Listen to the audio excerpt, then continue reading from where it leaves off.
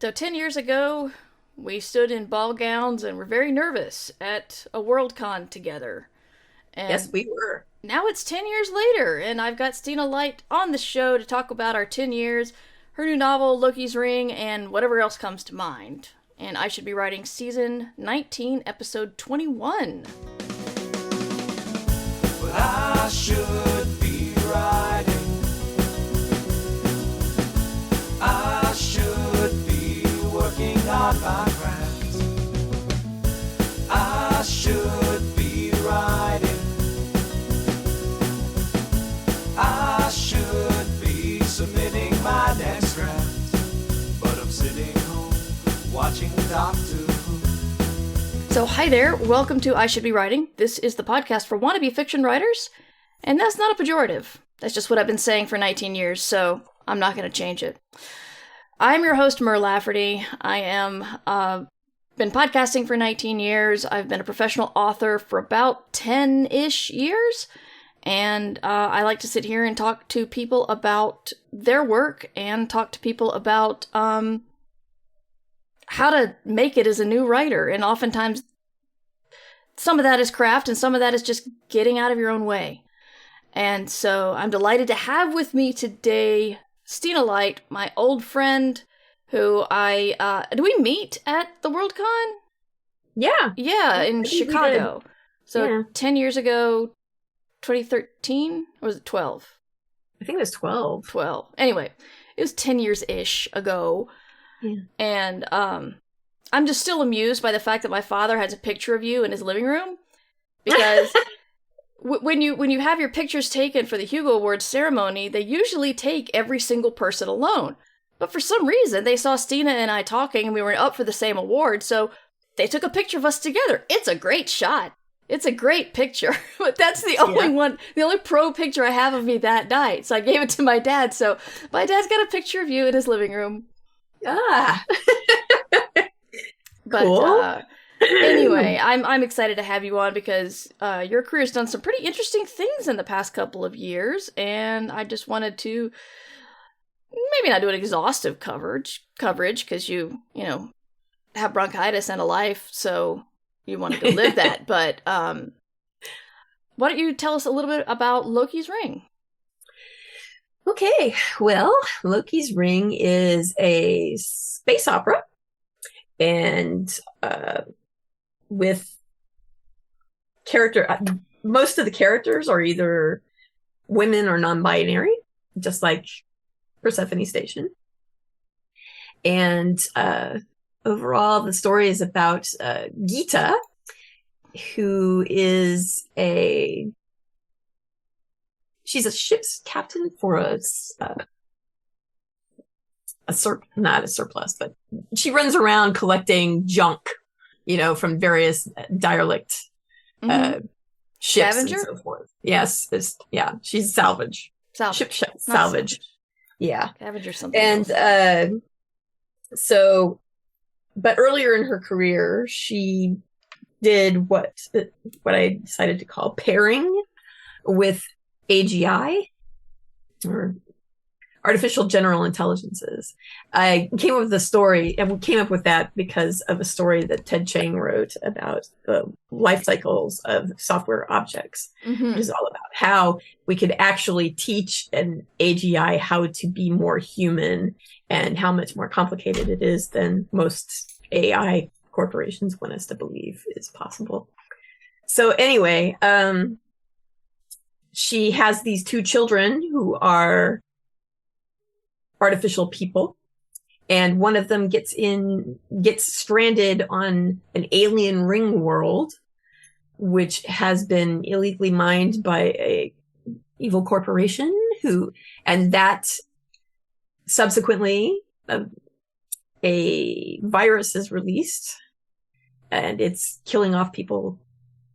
And so Gita has to go save her daughter and then also avoid catching this virus, and also ends up having to call upon a friend that she had a falling out with.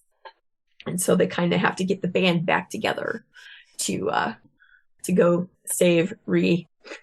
Excellent. Yeah. Question from the chat. What's the difference between AI and AGI? Okay. AI, that's a great question, because I also feel it's an important question right now, because of AI has always had kind of a patina of snake oil about it. Mm-hmm. And it's largely because they always overpromise and then underdeliver, right? So, and that's always been that case since the 1950s when AI became a thing. They initially put something together and were like, hey, we could have artificial intelligence by next Tuesday. And of course, next Tuesday came and there was no artificial intelligence. And they went, oopsies, I guess it's harder than we thought, you know. So they're always overestimating what they can do with AI versus what is actually the capability of it. AI is more of a narrow program. It's just an algorithm, a program that is designed to do one thing, just one task, generally. An artificial general intelligence is more of what you see in science fiction, which is more of like a person.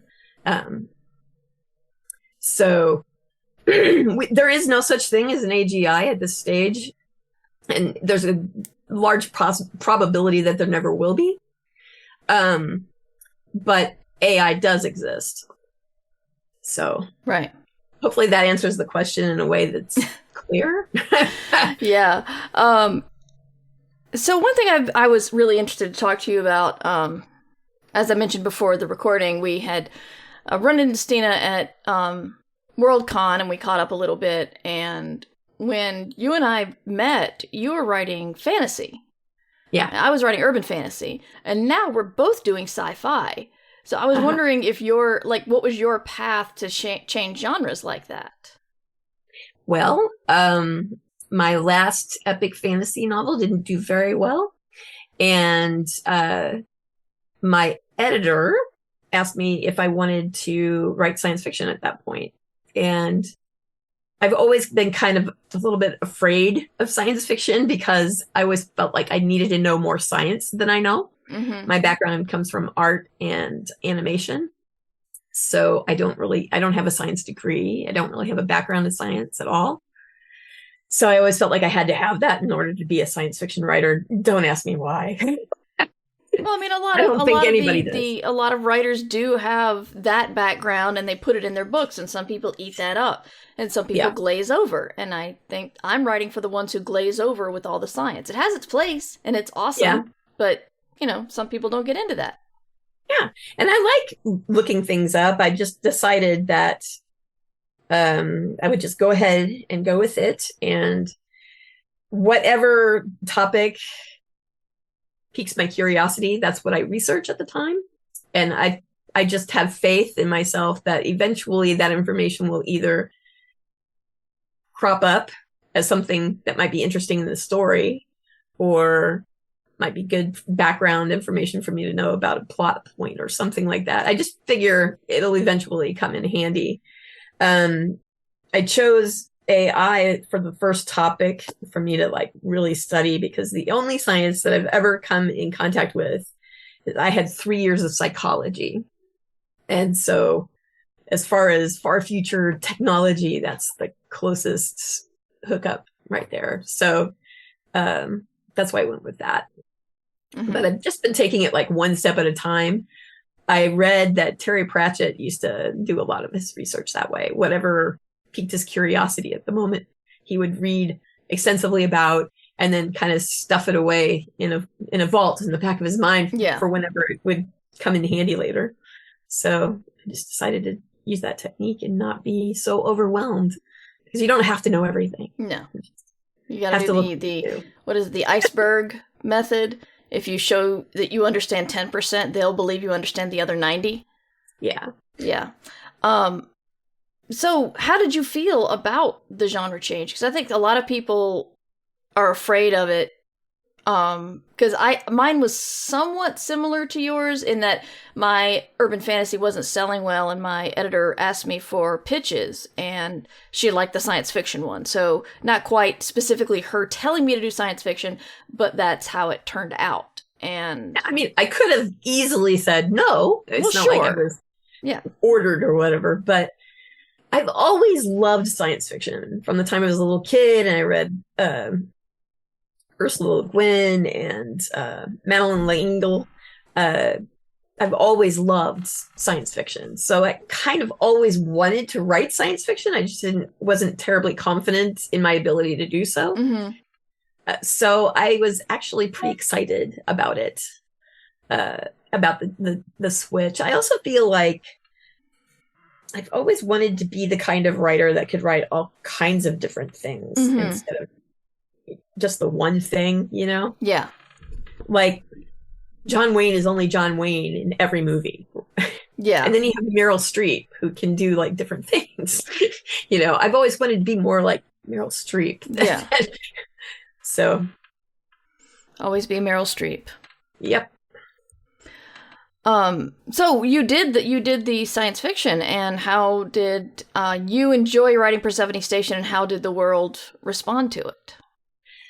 I really enjoyed Persephone Station. I had so much fun. I just decided that it would be the book where I did all of the things I wanted to do and wanted to see in science fiction. And since my whole life trying to find books where women have a significant contribution to the plot, let alone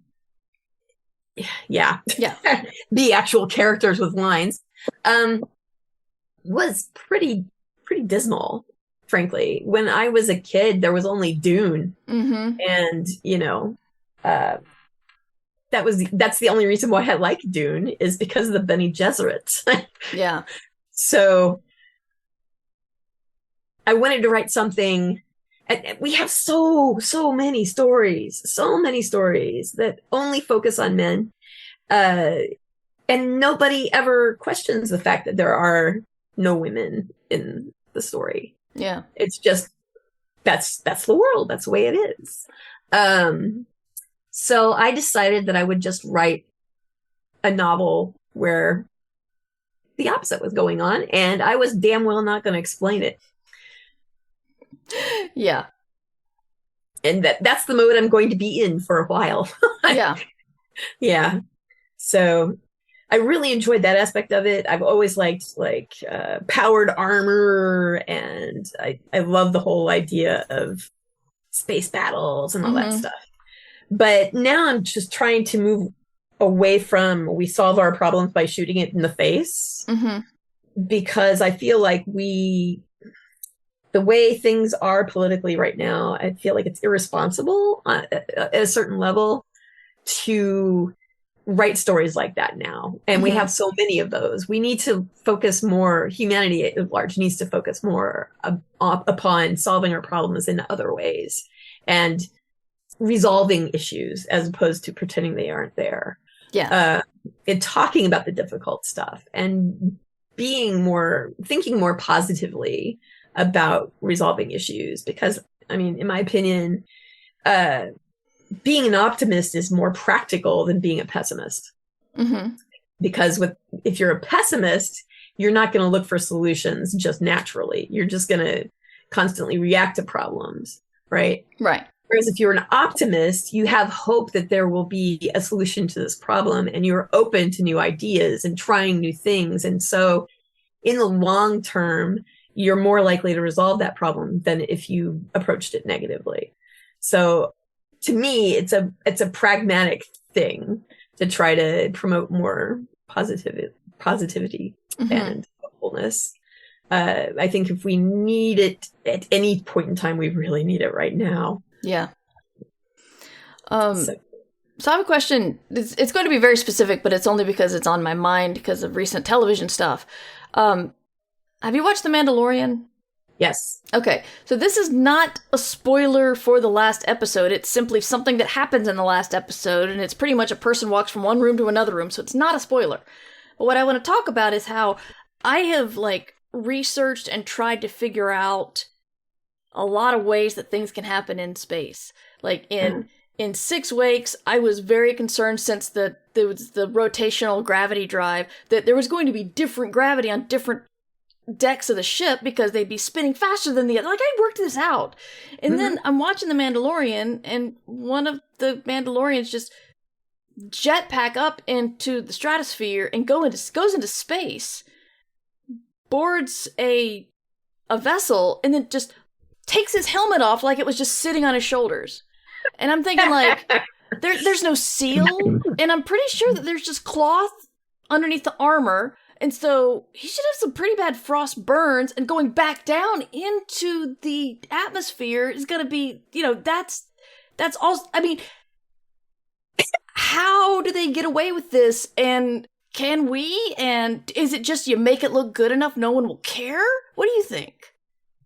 I think it's a combination of things, frankly. Star Wars has never been terribly scientifically accurate. Yeah, there's sound in space and all that. Yeah, so I mean, that's why a lot of people classify it as space fantasy, which it's space opera. Yeah. Let's not be cute with the term science in science fiction. That's kind of silly. But regardless, I feel like there's a place, totally a place for just pulling stuff out of your ass, not worrying about it. And there's science fiction has a long standing tradition of fiction that does that. I feel like a lot of marginalized authors have a tougher time getting away with that, mind you. But there is nothing in the science fiction rule book that says that thou shalt obey the rules of physics. Yeah. I don't know why that bothered me so much. There's so many other things. Blunt force trauma, there's no story in the world that makes blunt force trauma a thing. I had a friend who had a mild concussion from a car accident, and she was in hell for months. And, it's like you can getting knocked out is just a plot point in stories. No you problem. sneak up behind somebody and you knock them out. Yep, and then then they'll be asleep for a little while, and then they'll wake up. And everything will be fine. No. So, it seems so. Persephone Station and Loki's Ring are not. They're not. Loki's Ring isn't a sequel, right? No, it's not really. Is it in the same universe? Yes. Okay. Everything's. Yeah, and I'm writing a third book that'll be set in the same universe. Okay. Called Helix Falls. So I just wanted to do something where I like world building, but you put so much effort into doing world building that I just wanted to do the thing where the setting remained the same. I can write all the standalone books in the world as long as it's in that setting, because I feel like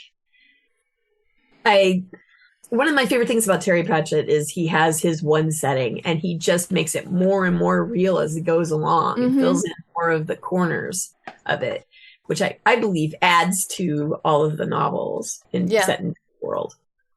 So I just really kind of wanted to do that. Ian Banks with the Culture series does the same thing. So Becky Chambers does. Yeah. The little bit of crossover that she's had has been like two characters who leave at the end of the first book are the main characters in the second book, but they barely refer to what happens in the first book at all. So it's something you can pick up at any time. And I think that is just more realistic for how books are marketed these days and handled in bookstores, because bookstores no longer maintain backlists of books on their shelves unless you're someone like Ursula K. Le Guin or J.R.R. Tolkien. And then they have shelves and shelves of it. Yes. Like, come on, man, make some room. So I have a question about Loki's ring. It's hard enough to write an alien species and how they look at the world and make them alien enough to be interesting to a sci-fi nerd, but human enough to relate to as a character in a book that we're reading. And you have the aliens making an artificial space ring, and how do you approach an alien look at like massive space construction as opposed to how humans would have done it? Well, mostly the aliens in Loki's ring are kind of a cipher. Nobody knows who they are, or you don't really meet one in the book. I guess it's a spoiler. You don't meet the people that made that ring. Gotcha. Yeah. So I just used physics. There's not a lot of really interesting YouTube lectures given on how one might create a ring world, and the physics involved in it, and what would be the requirements and all that stuff. So I just based it all on that, and left the extremely scary, technologically advanced aliens to be a mystery for now. But yes, that is definitely a problem in my opinion with trying to come up with likely aliens. And I feel like one of the best ways to do it is actually using actual qualities from different creatures on Earth, that qualities that aren't normally something everybody thinks about, you know? Like what? Julie Chineda had this great game. I think she called it How to Create an Alien or something, at the workshop that I used to run for ArmadilloCon.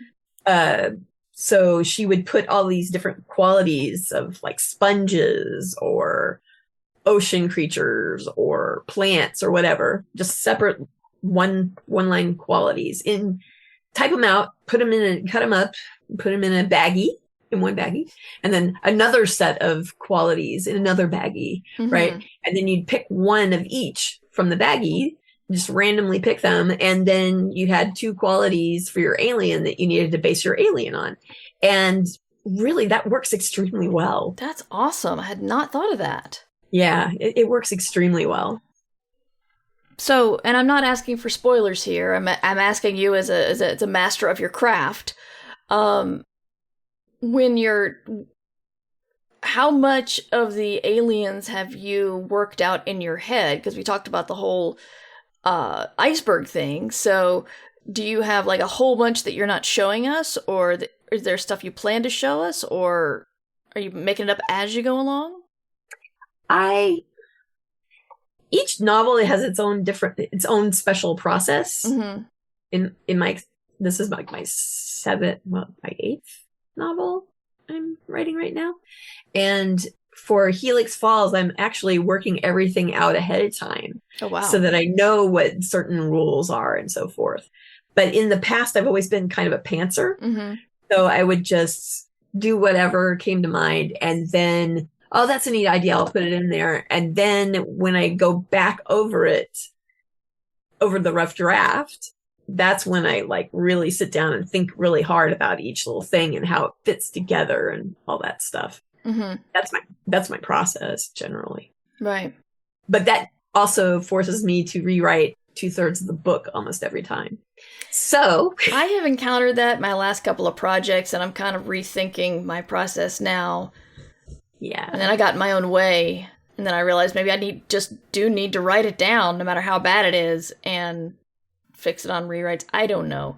As Gene Wolfe told Neil Gaiman famously, you didn't learn how to write a book, you learned how to write that book, and now it's over. And now you gotta learn how to write the next one. That's very, very true. What I'm dealing with. Primi Mohammed says, the baggy method, a physical AI. Yep. Yeah. Yeah, I like the randomness thing as well. Reminders, folks, if you have any questions, please put them in the chat and we will ask Stina. So do you feel like you've, like, with the reception to Persephone Station, at least, you feel like you've found your home in sci-fi? You feeling? Yeah, it took off like big time. Mhm. I really didn't expect it to tell you honestly. I knew it was a big idea. I knew that it was gonna I don't know. You know how when you get that one idea for a novel and you just get that feeling about it that it's special. Mm-hmm. I had that about Persephone Station. I also had that about A Blood and Honey.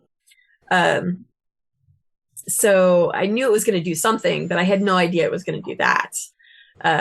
So I'm really, really happy that it came to me. The story idea was that it came to me when it did, because it was kind of perfect timing. It's just a lighthearted kind of, we run out and do some crazy shit and blow things up, and then it's fun and it's for laughs and it's for kicks. Right at the moment where I felt like we all needed something lighthearted and not serious and dark, and deep and you know. Yeah. So I feel like that was a big reason why it did as well as it did. But yeah, I'm here for the foreseeable. I mean, until I'm kicked out. I really love writing science fiction. I'm having a good time with it. I think it's gonna be good for me. That's great. Yeah. Do you have things planned out after the Helix book? Or, I mean, you have to tell me what. Oh, yeah. I'm just curious how far in the future you're thinking. No, not that far. Okay. I know some people who've got their books planned out for the next 5 or something. I don't know how they do that, but just... Yeah, I don't either, frankly. I mean, it would probably be a good thing for me to do, but I feel like our profession is so up in the air most of the time and out of our control. Yeah. Part of me just doesn't even want to bother with that, because who knows if the work of planning it will pay off, if you know what I mean.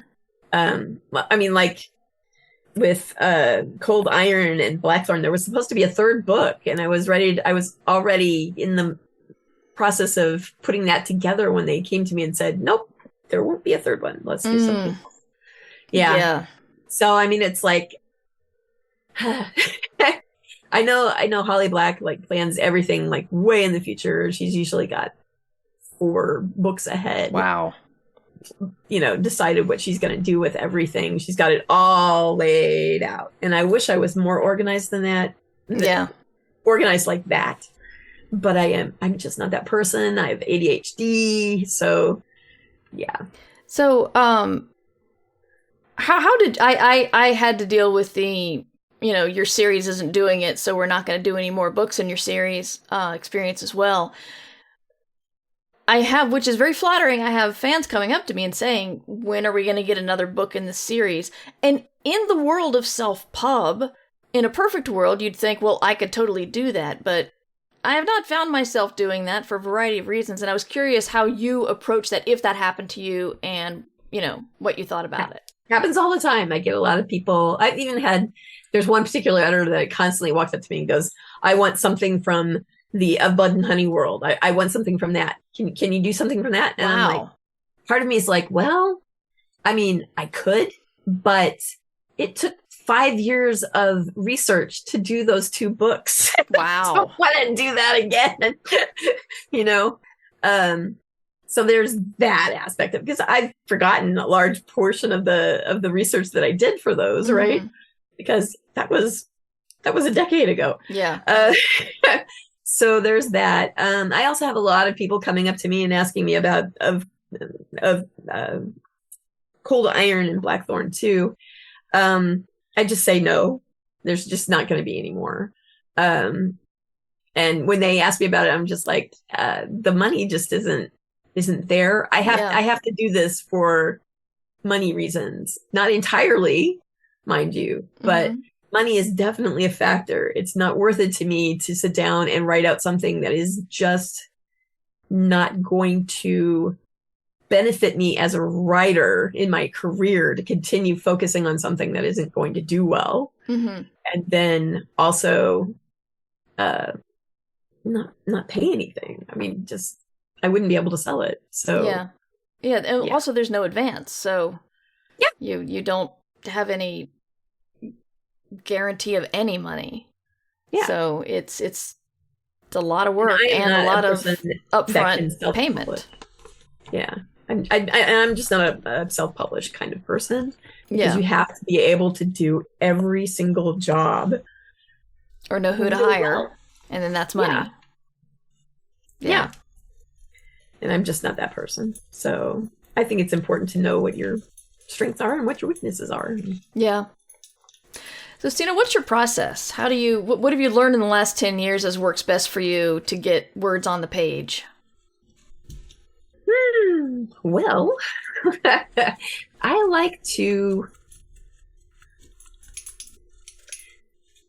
really like to have characters that I usually try to start out with a character. Mm-hmm. And then from that character comes the idea. So I'm a visual person, so I just kind of visualize a character and kind of follow them around in my imagination as far as where they would be going or what they would be doing. So I like to start the story in the middle of the action because it's an instant attention grabber. And then we get our feet under us as far as where we are and what's going on really and all that other stuff bit by bit. It gives me enough time to focus on figuring out the character and all that stuff. But my new process for this novel is that I am sitting down and writing out I'm making plans for what each motivation and character arc will be for each character, and then thinking really hard about how that's going to work out and how it's going to be. I used to love, and I still do, surprising myself with things, right? Mm-hmm. And it can still happen.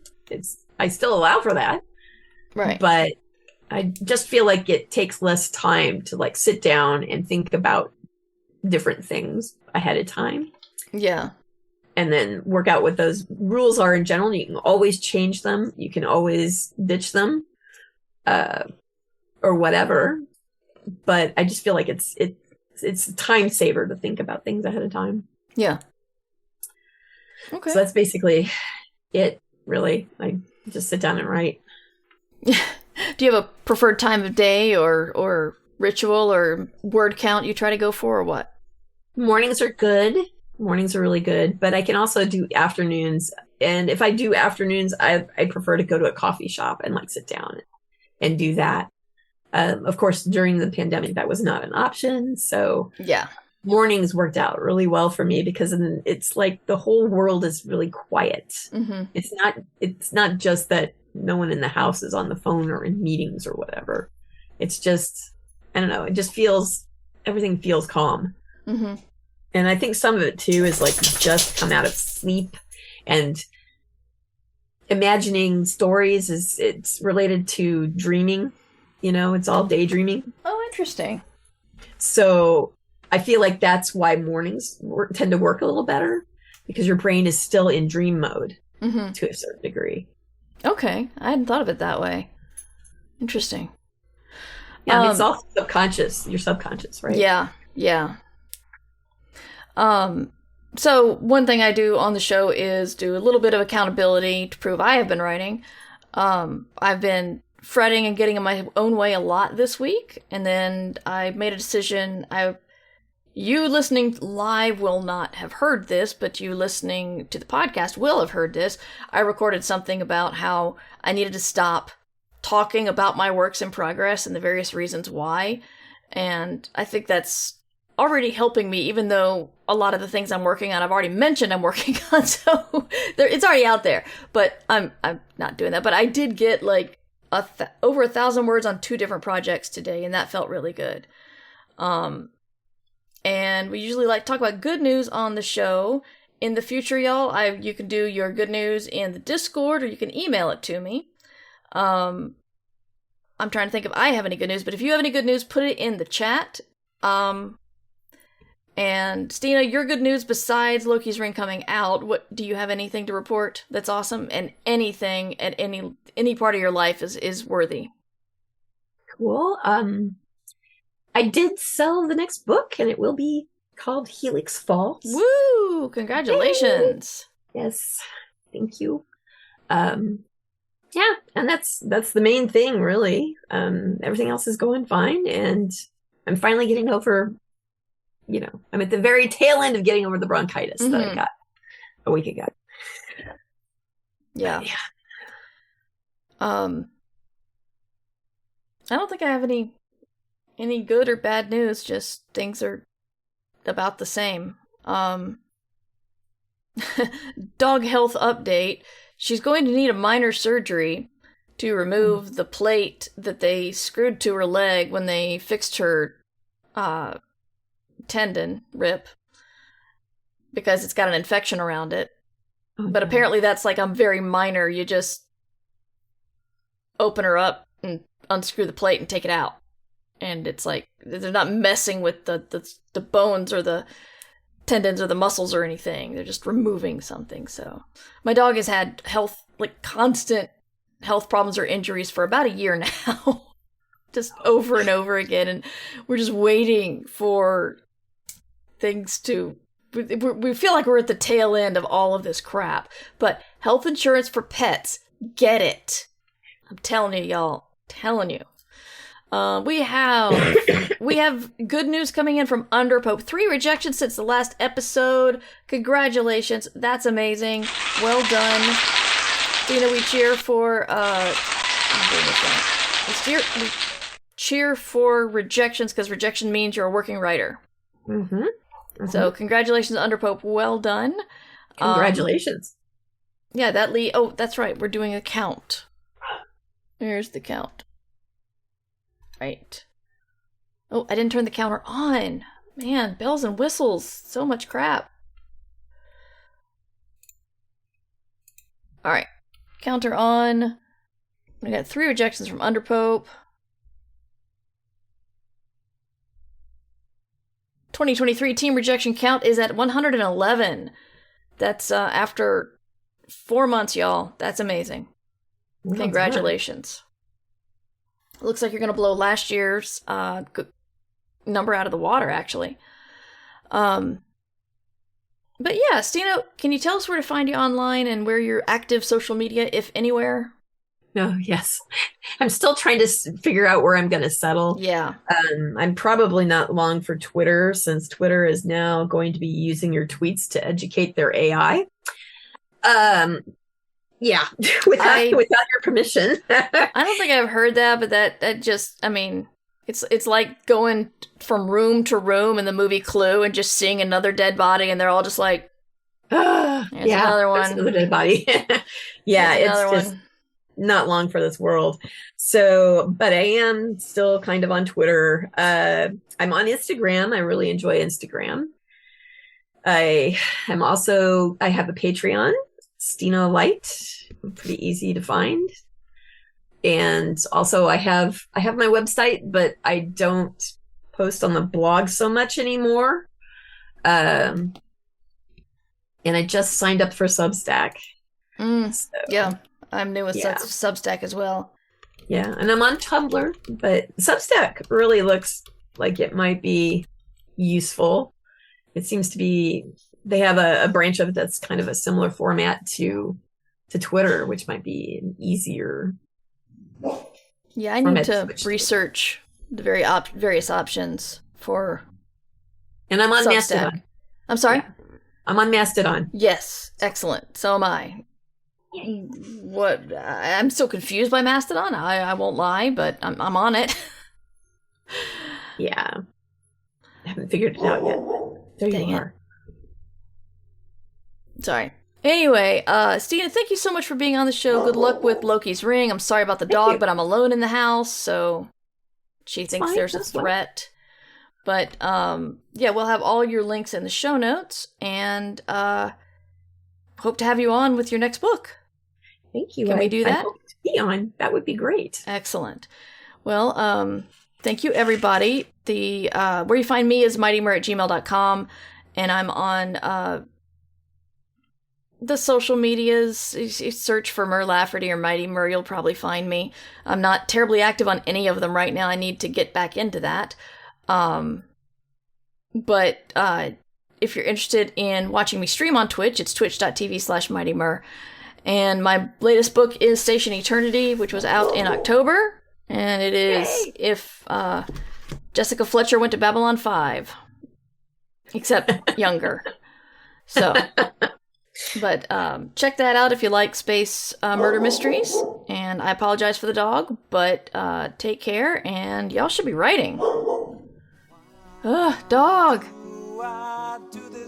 I Should Be Writing is available to you under a Creative Commons Attribution Non-Commercial No Derivatives license. Theme music by John Anelio. Art by Numbers Ninja. Production by Summer Brooks. And hosting by Libsyn. Find all of this information and more at murverse.com. And remember, we can't do this without you. Thanks for your support. Well, I should be writing. I should be working on my craft. I should be writing. I should be submitting my next draft. But I'm sitting home watching Doctor Who. Yeah, I'm sitting home watching Doctor Who.